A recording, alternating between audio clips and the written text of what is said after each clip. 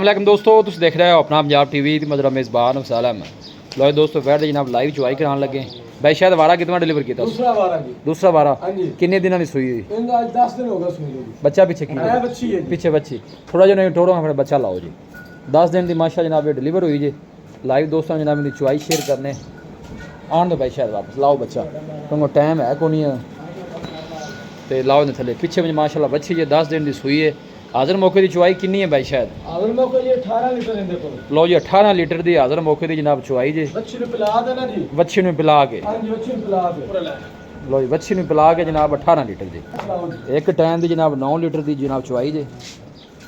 थोड़ा अगे कर सुन।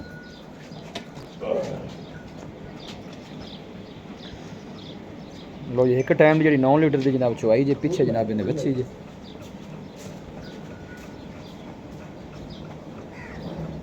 चलो सानी माशाल्लाह क्रास जी पूरी। थोड़ी जगह कर मुंशी ना डरा यार, थोड़ी जगह करनी पैसे तो सही नज़र नहीं आ रहा। अच्छा चलो ये भी ठीक है, चलो खड़ी रहने भाई। शायद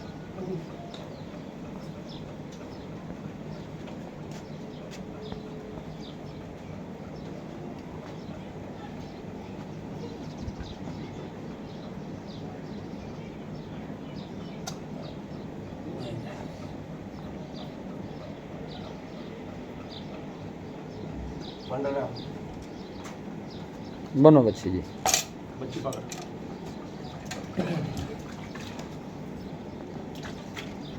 शुक्र अल्हम्दुलिल्लाह।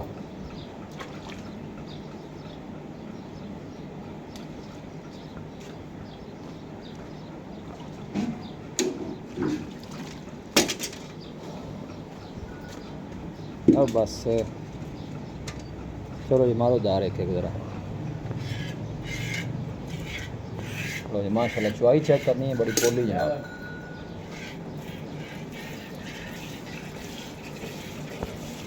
माशाल्लाह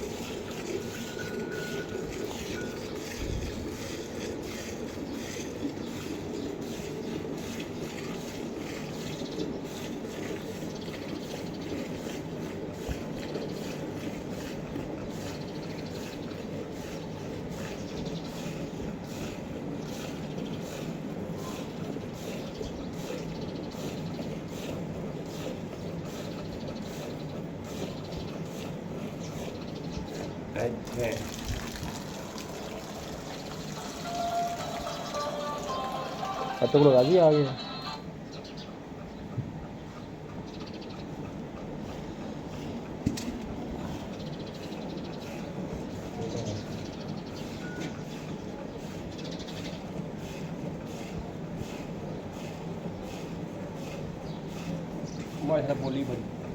नज़र आ रहा है जी चुवाई का जिवें थाने फिर जहरी गल चुवाई भी माशाल्लाह उवें दी है।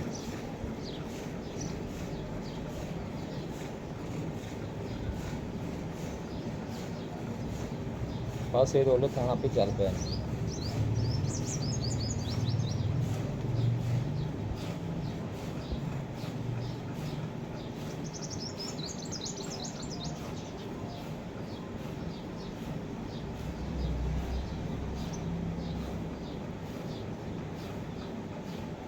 नहीं करो चेंज कलौड़ा कर दे। चल बस ठीक।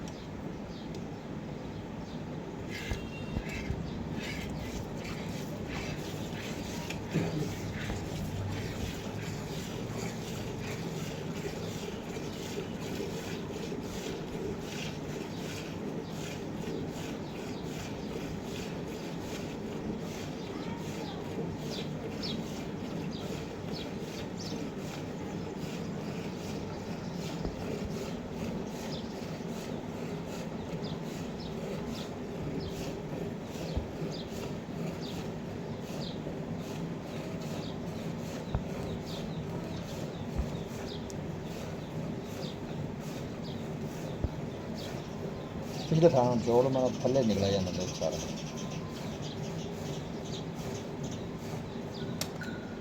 नहीं जोड़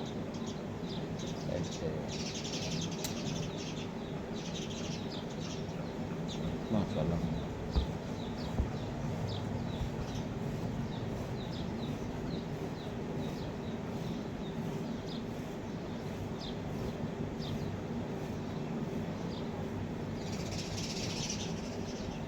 माशाल्लाह पोली बड़ी हमें बच्चा पैदा चोई रखे बिल्कुल नजर ही आना हम रात चले खड़े